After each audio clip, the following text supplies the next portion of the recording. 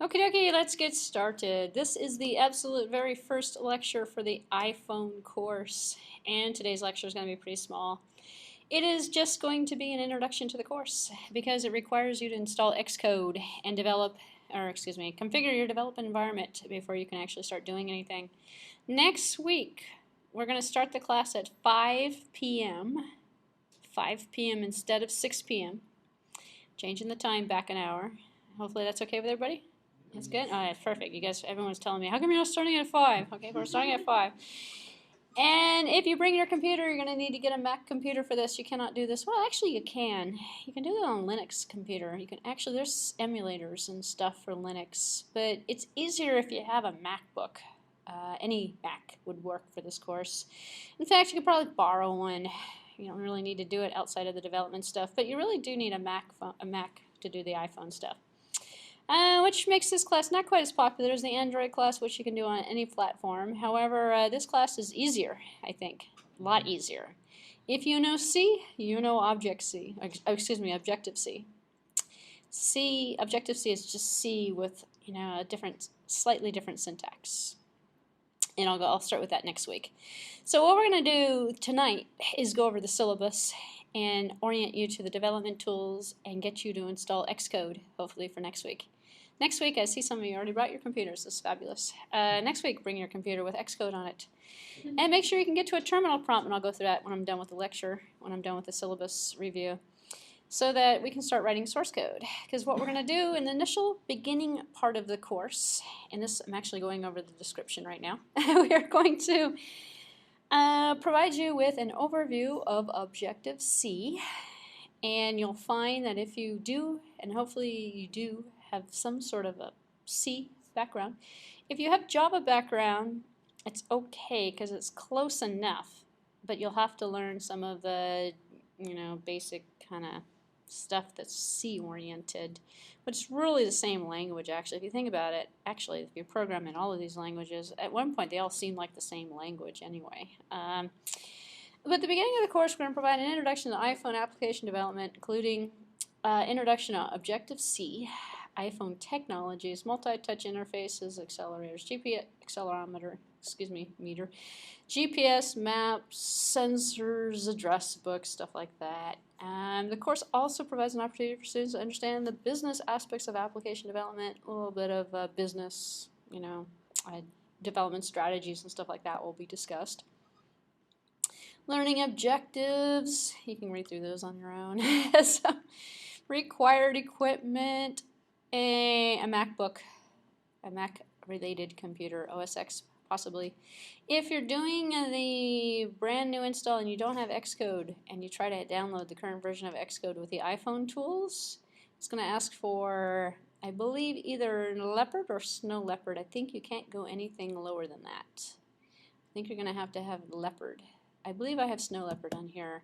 It does not require the current, what is the current one? Lion. You don't need Lion. Actually, I don't even recommend Lion. I recommend Snow Leopard actually is the best one I've right now until they start making improvements in Lion. But if you've got one of the two, you're good shape. So if you go on Craigslist and buy an old $200 computer and it's got Leopard on it, you're probably going to be good. And Snow Leopard, good. Snow Leopard's what you want actually, but Leopard will do, I think. But you'll find out when you go to the Xcode site. And that's free, so you don't have to worry about that software. Any iPhone version is suggested but not required. You don't actually need an iPhone for this course. And if you do have an iPhone for this course and you do want to put something on the iPhone, it's going to cost you something. Not like the Android course, where you can just put it on your Android. Here you got to go through the iTunes store, and you got to pay Apple, I think $100 a year or something like that for a student license or something of that nature. I don't know if that's a full developer or what that is, but you can get it by without purchasing that at all by using the emulator. The emulator, believe it or not, is really good. And I'll show you the emulator in this course, actually. Actually, I'll show you the emulators today, just in case you haven't seen it, just like I did for the Android class earlier today. So the software emulator will work just fine. You don't actually have to run it on a real iPhone. There is no suggested textbook for this course. There's a ton of ebooks out there, however, and you'll find throughout the course I will give you links to free books, open source, and free development. There's a lot of that actually out there for the iPhone. A lot more than you'd expect, actually. Grading policy, actually, this is just like the Android class, except for its iPhone. Set up the same identical way. In fact, for the syllabus, I just substituted the word iPhone for Android. Oh yeah, not really, but yeah, actually, kind of, sort of. But anyway, long story short, final exam is 25 points, 25%, excuse me, of the grade. It's in class during the final exam week. A CSLO essay will be a writing assignment. The final exam will not require programming. It'll be multiple choice, true, false, fill in the blank, stuff like that.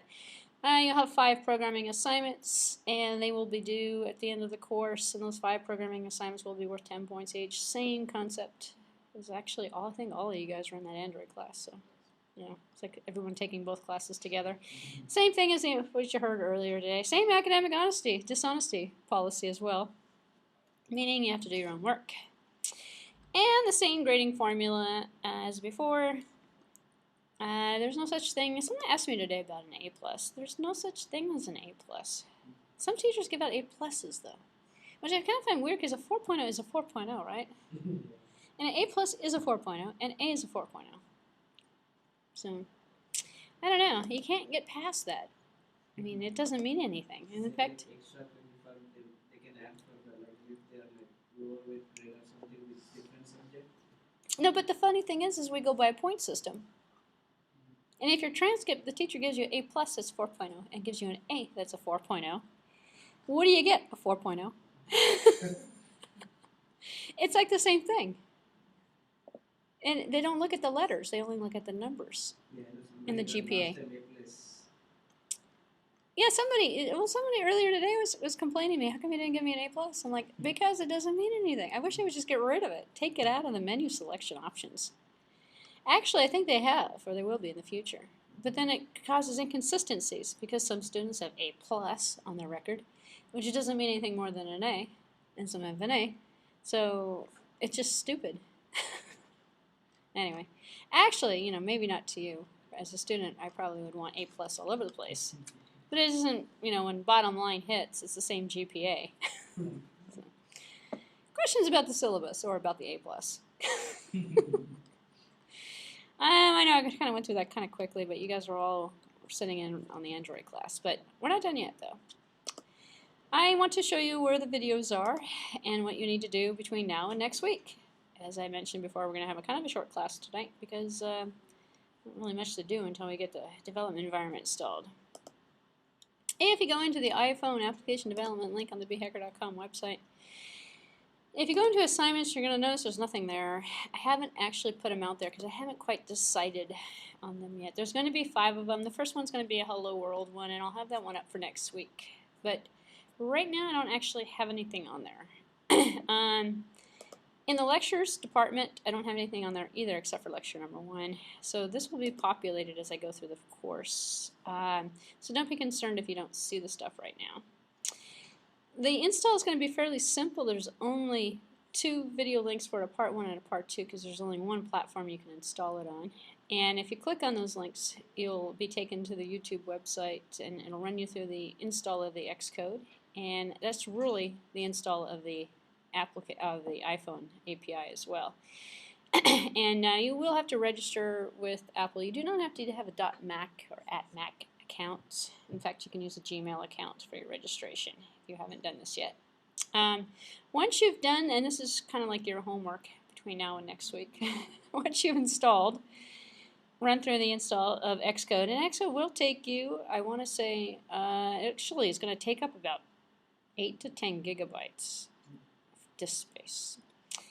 And that is actually why I'm using this computer instead of my MacBook Air. I have a MacBook Air that has 60 gigabytes total, and about 20 of it's free, and about 40 of it's applications and stuff, and files and stuff, and it won't fit.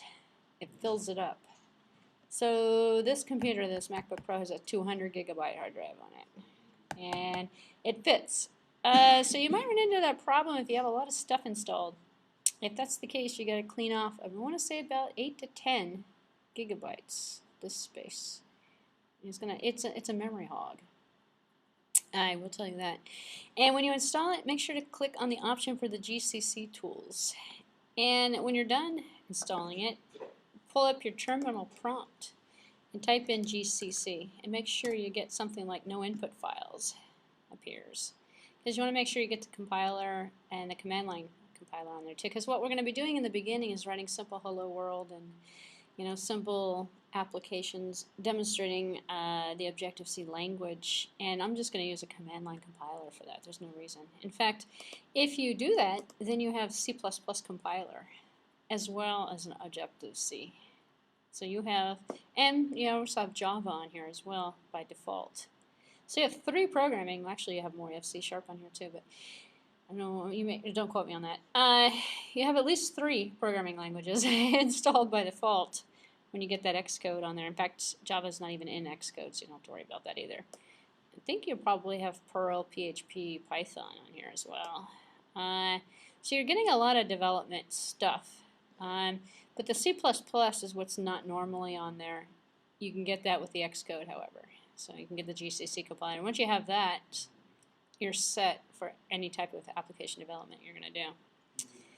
Once you've got the platform installed, I highly recommend going through this video. This video is how to create your Hello World first application. And I just clicked on it, make sure it still works. It does, which is good. And this video is going to run through, oops, stop it, there we go. This is going to run through this, which would be equivalent if you're taking the Android class, the first assignment. But I'm not going to do this for the first assignment for this class, only because it's too easy. No, seriously, when you see it, it's going to be really easy. And what you're looking at, and the way you know that this is installed after you've got it installed, is that you're going to open up Xcode, and hopefully you're going to have you'll put it in the dock here, and you'll open up Xcode.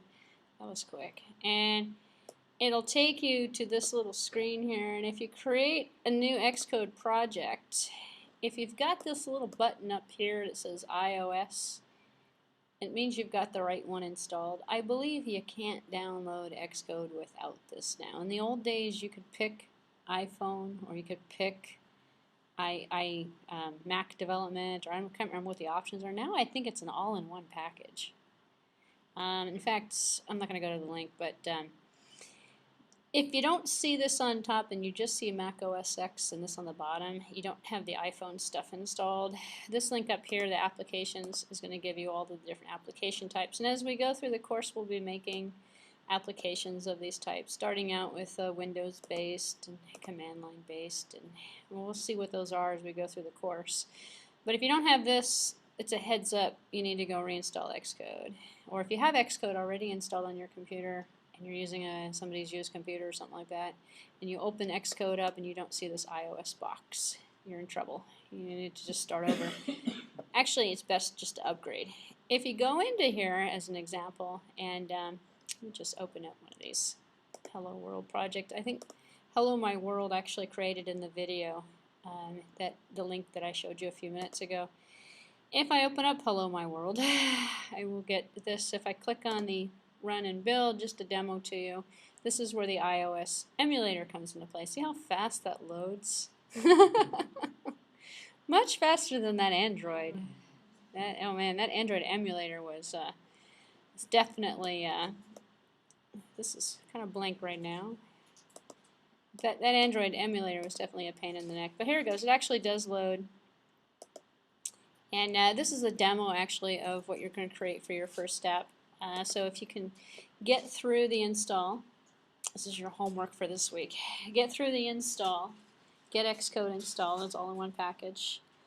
Run through the video, so you're going to create this Hello My World or Hello World application. So you will have this on your computer. And you'll have an application where you'll be able to type in your name as an example. Press a button and it shows up right here. So it actually takes and sends to the GUI from a impromptu. And this is actually kind of a sophisticated Hello World, but it is basic Hello World. That will show you, and the purpose of this is to actually show you the different parts of the development environment.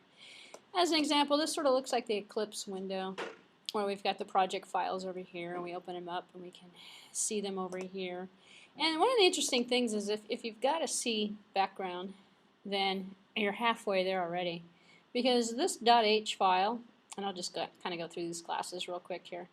The .h's are just the .h's we've always been familiar with in C.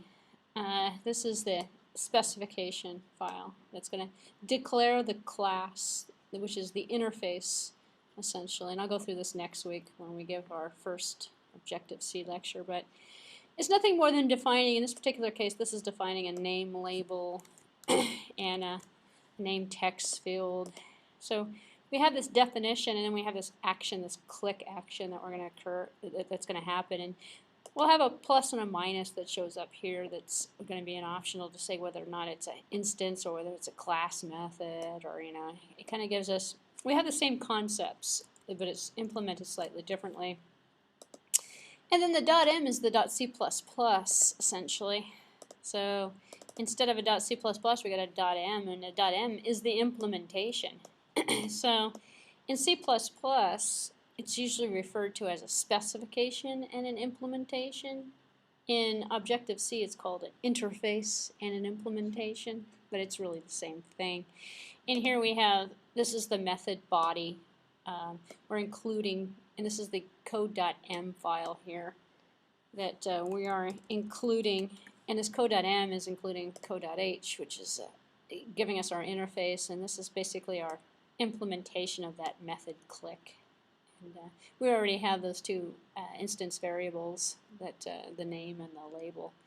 And so we go through and we programmatically kind of create classes, the same way you do in C and C++. You've got class modules here, and we have some that are, the app delegate, which I'll go through next week. It's kind of information overload, I think, until you actually get everything installed and are able to do something.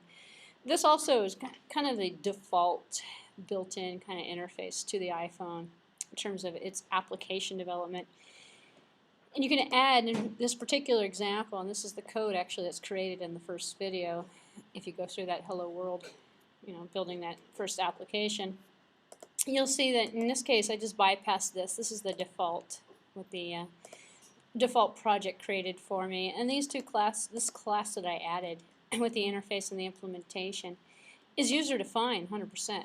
I mean, I can call it whatever I want, I can use whatever I want. And the way that I implement this code is I create this object for my code, and then I use the object. In this particular case, I'm going to use it for functionality in my event-driven programming style.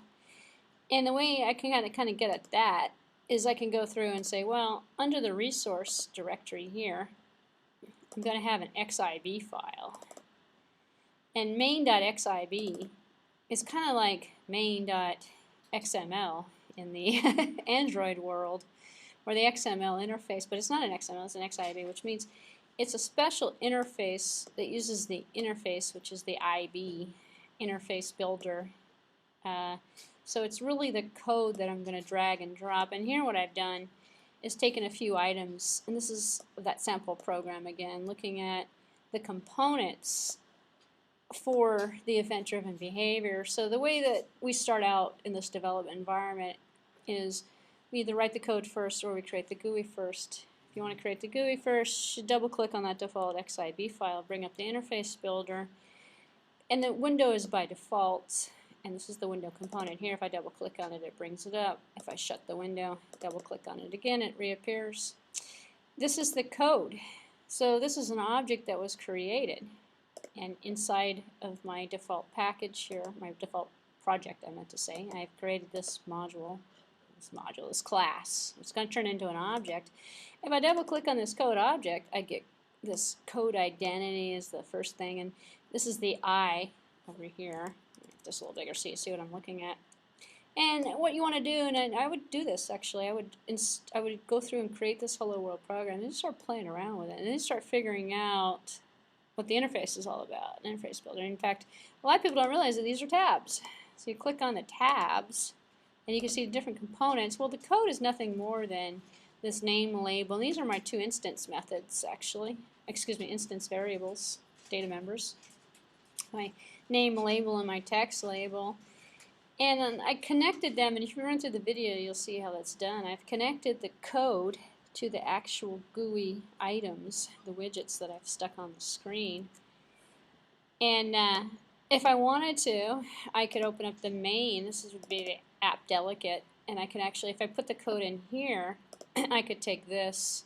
This is the window actually that's opening up from app delegate, and I can connect those pieces essentially on the window. And I think the hardest thing in terms of this environment is getting familiar with the weird, I wouldn't call it weird, but the weird way of connecting things. Like there's a connection component where you write the code and then you connect it to GUI items. And that's what the purpose of that first tutorial, the Hello World video is about, is showing you all the pieces. So that, what I say, was an essential must review for homework for next week. So we can come in here and we already have that stuff down and you're not looking for this stuff. The other kind of odd thing is this library component, and if this window goes away, you can always go Tools, Library, and open it up. Because this interface builder is the menu for the interface builder, as long as it says interface builder over here. And the weird thing is you've got things like items over here, and what's not what I would call not very intuitive is the fact that these can drop. And you pull stuff from the library and you put it on the canvas. That doesn't seem very like intuitive to me. Like, but once you get familiar with that concept, here's a page control. I can add that to it. And then the other thing that's kind of interesting is you can search on items like button, and find stuff in here. So when you're running through tutorials and things, especially if you find some of the good books and things, we'll say put a rectangular button. So a rounded rectangular button. So if I typed in rounded, I'm going to get rounded rectangular button, and I'm going to know that that's the item. So you'll find in the beginning you'll use the search thing for a while.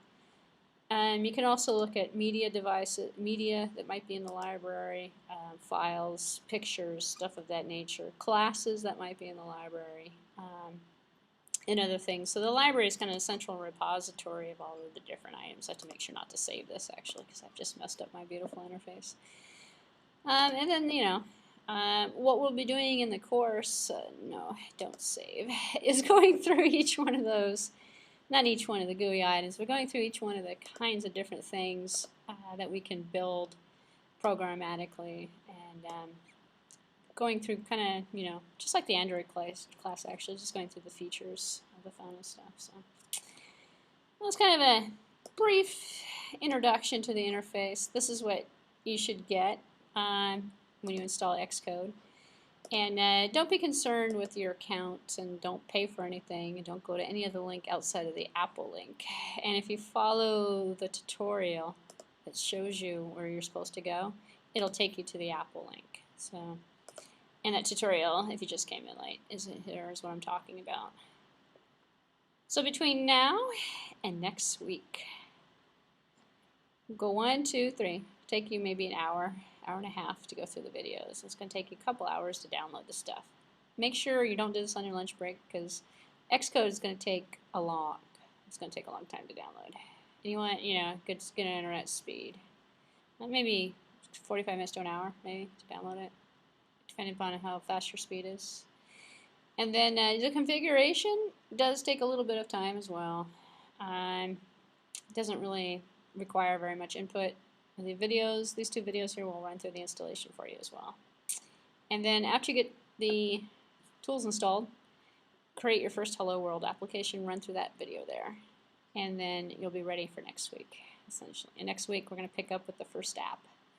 And by next week I'm hoping to have the first or second assignment posted as well. Spend some time. Problem is, there's so many different options. I can't decide. There's so many different iPhone stuff you can create. I would almost say more than, no, I shouldn't say that. I was going to compare it to the Android for a second, but it's about the same. There's tons of things you can do with the Android as well. So, and the good thing about the iPhone stuff is the emulator runs so much nicer. But the problem is you don't get a choice. In the Android, you have a choice. You can load it on your phone instead of using the emulator. You can load it into other emulators without having to pay anything. On the iPhone end, you got to use the emulator. You don't have any other choice unless you're going to pay Apple $100 or so a year. So, which is why I think they spent more time on the emulator, making it more feature-rich. So. And if you came in late, next week we're starting the class at 5 instead of 6. I'm talking to you guys in the back there. So, questions, comments, concerns? Yeah. Let's go to the Apple site. So actually, for you guys that were at the, I forgot to show you the developer, the Android. Oh yeah, you can go. This is just answering questions now. I forgot to show you guys earlier the Android site, but it's developer.android. So the Android stuff is going to be on a separate website. This is the best site in the world, developer.android here. I know it's kind of a side tangent. So for the Apple stuff, because this is the iPhone class now, you gotta go. In fact, you can go to Apple and go into developer, or you could just go here. Actually, I don't know. I don't think I have it bookmarked either. I'm just gonna go here, download Xcode, and it's gonna take me to the developer site. I probably should have bookmarked it. If I go to download Xcode here, and download Xcode for free, download Xcode 4.0 for Lion. Oh, they have a different one, 4.1. So 4.0, if I bring up my Xcode, and I go into About Xcode, I've got 3.2.6. Now 4.3 is out, huh? Of course. Let's see, wait a minute. So let me just see what I get here. I think I've got it back because I've got Snow Leopard, but mine's working though, so I'm going to leave it alone. Let's see if I remember. You know what I think I did? I think I did this. Hold on a second. Let's see if this worked. No. Let's see. Wait a minute. Hold on a second. I think I've got another choice here. I don't want to sign in again.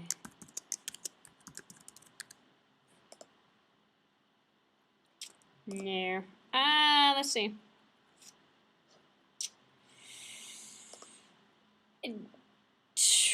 Don't want to do it on this computer. Let's see. I want to say if I logged in correctly with the correct Mac ID, which I don't actually have, then I should be presented with an option. Let's see. Actually, maybe I got the password wrong.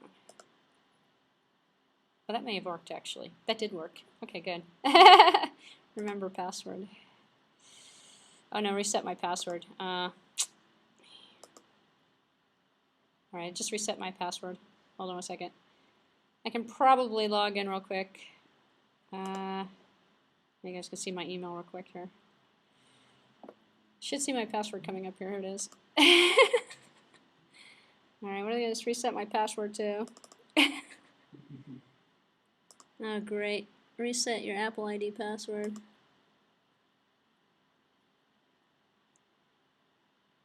Well, at least I know what my correct app. Well, let's see. Not too short. Okay, hold on. What I want to do is log in so I can show you the options. Unfortunately, it's been centuries since I've used this computer. Password specification has been in the past. Ah, correct. That's the password probably that I had before. Let's see. This one's going to work. That is one of the downfalls, actually. You've got to set up this Mac ID. Return to iPhone Development Center. Let's do that. Now I should be logged in correctly. There we go. Okay, so if I've logged in, which I've just logged in after all that, Xcode 4, you must be an iDeveloper. Remember to download. Okay, so 4.3. I know the video is going to run you through better steps than this, and I believe this is Xcode 3 is incompatible with OX. That doesn't matter. This is if you click on the 3.2.6. Let me see 1 second real quick. This is probably what I did. 3.2.6 is what I did. Yeah. I'm going to be demonstrating in the class because I'm not an Apple developer, and I'm not going to pay Apple.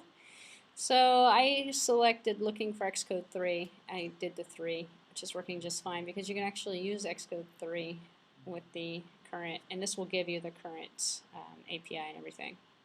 And I'm going to stop. This is 4.14 gigabytes, by the way. So that's what I was saying. It's going to take you about 8. If you have the 8 gigabytes, 8 to 10 gigabytes free, you're in good shape.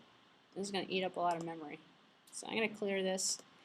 This is probably a good test because I didn't realize that 4 was out. Probably last time I came to this screen, I probably only had an option for 3. But you don't need the 4. So obviously, if you sign up, you probably could get maybe a student membership. I'm not quite sure if we can get a student.